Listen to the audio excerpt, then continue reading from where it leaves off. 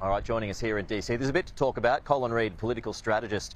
Good to see you, Colin. Hey, Thanks for your Pete. time. So Thanks a few for having me. announcements today. So let's get to Tom Homan first of all. What do you make of that decision? There is no stronger champion for President Trump's border policies than Tom Homan, not only in the last administration, but over the last 4 years. And look, he's got a big job ahead of him. But President Trump, if there's one issue that's been associated with him, it's his promises to get tough on the border.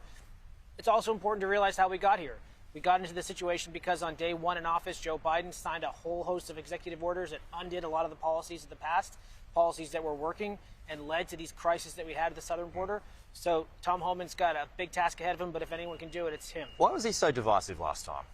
Well, there was a lot of things that were divisive last time, and he was he was atop that policy list. But look, he's going to be the guy who's going to have the president's trust. He's been with him from the beginning, and if there's a promise that President Trump's going to have to keep, it's that one. I mean, like you said, it's a big task ahead of him. As I mentioned, they're up to 20 million undocumented migrants. Whether that's achieved or not, we'll have to wait and see. But 3 million in just the past year, I mean, it's such a porous border, isn't it?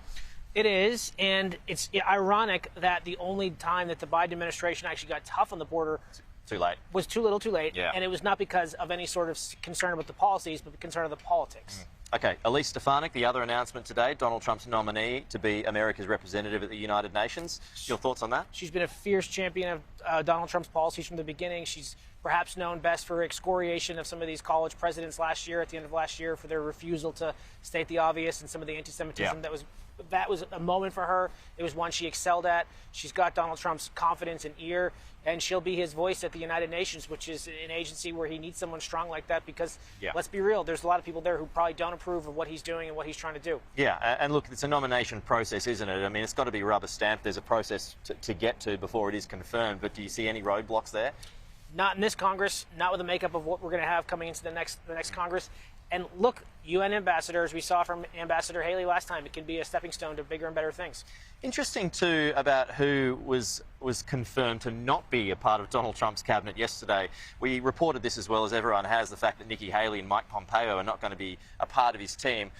Why do you think that would have been? This is a guy who prizes loyalty above all else. And those are two, certainly Ambassador Haley with the campaign she ran, but then Secretary of State Mike Pompeo, who served him ably as Secretary of State in the last administration, was a fierce champion and defender of his.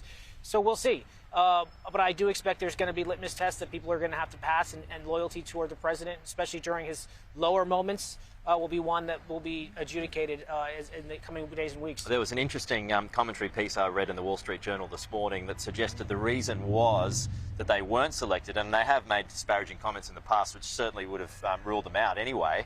But Don Jr. is calling some shots behind the scenes, and he doesn't want anyone to be getting in the way of J.D. Vance having a run at president in 4 years. Obviously, we know that they're close friends. Well, that's the interesting part about this, Pete. Donald Trump can't run for office again, so the moment he takes presidency, he's got 4 years and the clock's running out. So the jockeying will begin immediately, if it hasn't already, for who's going to be that next standard bearer. So I know that the old expression, Trump being a different kettle of fish anyway to other politicians, but the fact that he can only serve one term around, this time around, how hamstrung does that make him? Well, by the same token, it also frees him. When you don't have to face the voters, you can do the things without fear of what the voters may think or things that may be unpopular but necessary, like getting a handle on the national deficit, getting a handle on the southern border. These are things that require huge structural changes and may not be popular with voters in time, but could be hugely consequential for our nation if he's able to do it. Fascinating. Colin, good to have you with us. Thanks, Pete. Appreciate it. Thank you so much.